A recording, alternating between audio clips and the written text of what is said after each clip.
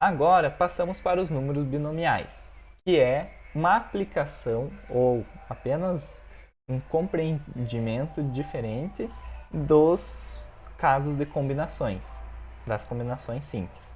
Tem ali o famoso cientista Isaac Newton, por mais que não foi ele quem fez os primeiros estudos, mas ele teve suas contribuições importantes na parte de números fracionários e negativos.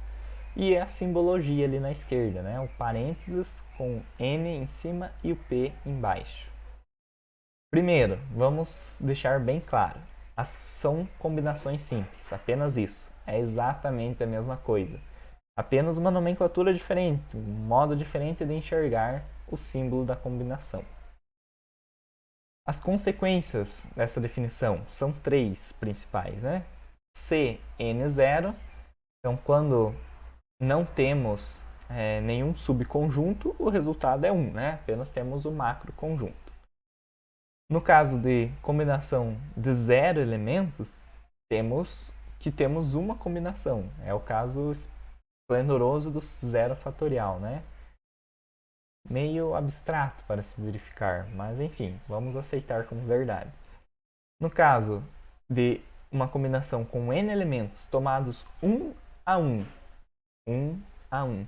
Então, vai ser basicamente pegar cada um desses elementos e separá-los, deixar bem longe cada um deles. Ou seja, teremos n conjuntos, n elementos, n combinações, melhor dizendo.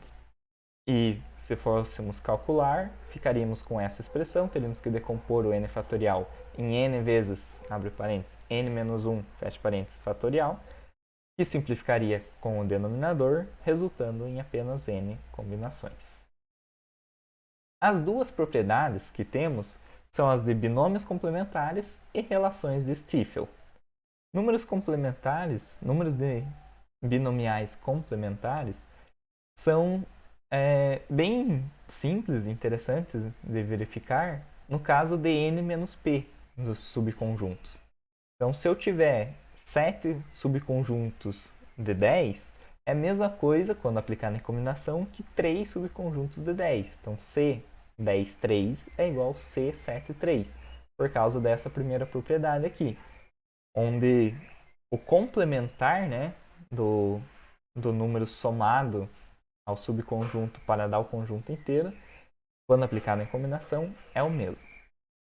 Pela relação de Stiefel, essa eu não conhecia, foi relendo o livro do Koch que eu tive essa informação, para vocês verem que não é muito usual a nível do ensino médio, Enem e tal, mas é bem interessante, importante, inclusive vai aparecer lá na parte do triângulo de Pascal, que também foi estudado por Newton.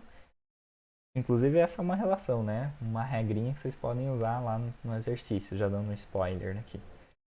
N sobre P, com a leitura é assim, binômio de N sobre P somado com um binômio de N sobre P mais 1 resulta no binômio de N mais 1 sobre P mais 1.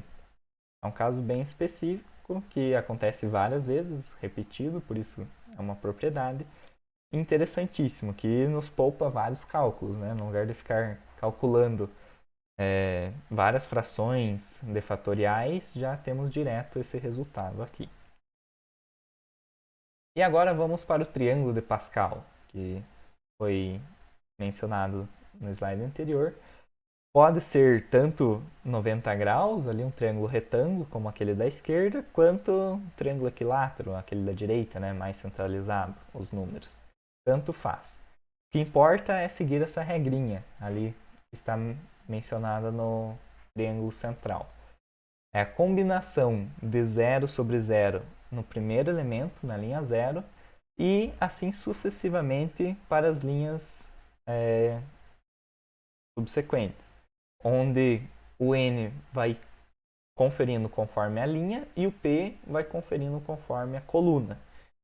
Por isso que é mais indicado para cálculos o lado da esquerda. Eu geralmente não gostava disso, porque é mais visível, mais bonitinho olhar o da direita. Mas é mais indicado para visualizar e para realizar as contas e verificar as propriedades, o triângulo retângulo.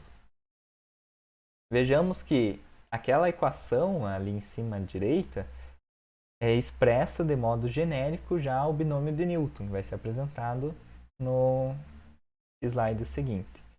E aqueles números em forma de números binomiais, 1, 0, 1, 1, 2, 1, 2, 2, 3, 1, 3, 2, 3, 3, 4, 0, 4, 1, 4, 2, 4, 3, são apenas representações de combinações que vão resultar em números. Então, por isso que números binomiais são números. É mais fácil de interpretar assim.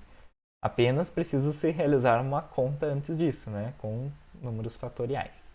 E é infinito. Por que esse triângulo é bonito, interessante, estudado? Além de ter várias propriedades, ser solicitadas, inclusive podem ser verificadas nos links que deixamos na referência, ele vai crescendo e as propriedades vão sendo verificadas infinitamente para todos os casos. Qualquer valor de n que você for colocar na enésima linha e assim por diante, existe e continua sendo válido. É um triângulo muito bonito mesmo.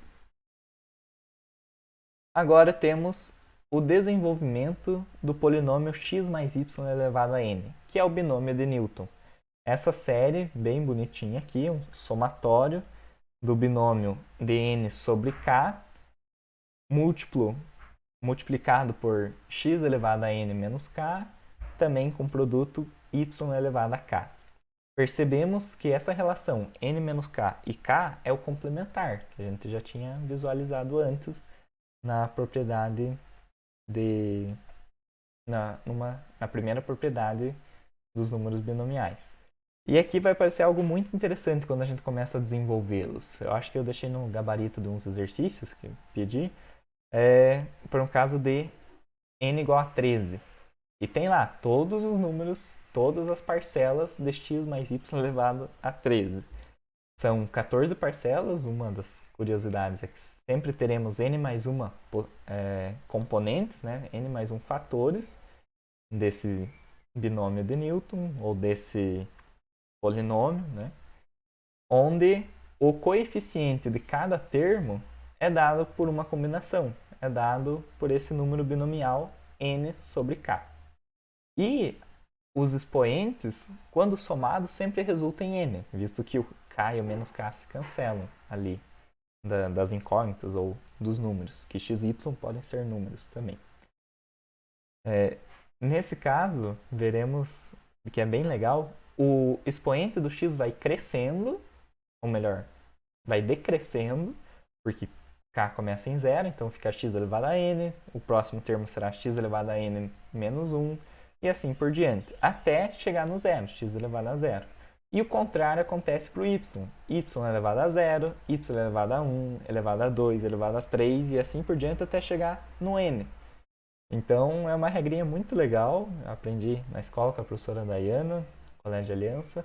Eu gostei bastante, porque aparentemente difícil, uma expressão assustadora para quem está no ensino médio, é tão bonito e tão simples na hora de se aplicar que cada parcela tem o seu resultado compreensível. Somatório, que vai somar todos os termos. O número binomial é uma combinação, o coeficiente é apenas um número. E os expoentes das incógnitas, ou dos termos ali, x e y, um vai crescendo e o outro vai decrescendo, todos de 0 a n. Muito interessante esse binômio. Agora passamos para os exercícios propostos, que eu deixarei para vocês fazerem. Antes temos as referências, que quem quiser acessar, pesquisei em 8 sites, na verdade 8 links, né? Tem alguns sites repetidos, como Brasil Escola, InfoEscola, Toda Matéria e o Wikipedia. São 4 sites, na verdade. Inclusive, gostaria de mencionar aqui um fato interessante, que eu gosto bastante de pesquisar no Wikipedia coisas mais básicas, mais simples. Igual a gente viu aqui, todas as fórmulas combinatórias, o final, né, o sobrenome são simples, é porque, de fato, todo o conteúdo que a gente viu até o ensino médio é uma matemática básica, digamos assim. E no Wikipedia, esses conteúdos, essas informações principais, geralmente, não vou dar certeza, não são 100% das vezes, mas na maioria são válidos, são confiáveis, são informações interessantes e bem aprofundadas, inclusive, em muitos casos, melhor do que nesses outros sites mencionados aqui, que também são bons e, a meu ver, bem confiáveis. Por fim, muito obrigado a todos. Deixo aqui o link para vocês preencherem lá o Forms com uma devolutiva breve da aula, um e-mail se quiserem entrar em contato, podem também mandar mensagem por WhatsApp, e da nossa disciplina de Matemática B. Muito obrigado pela atenção, ficamos com Deus e até a próxima.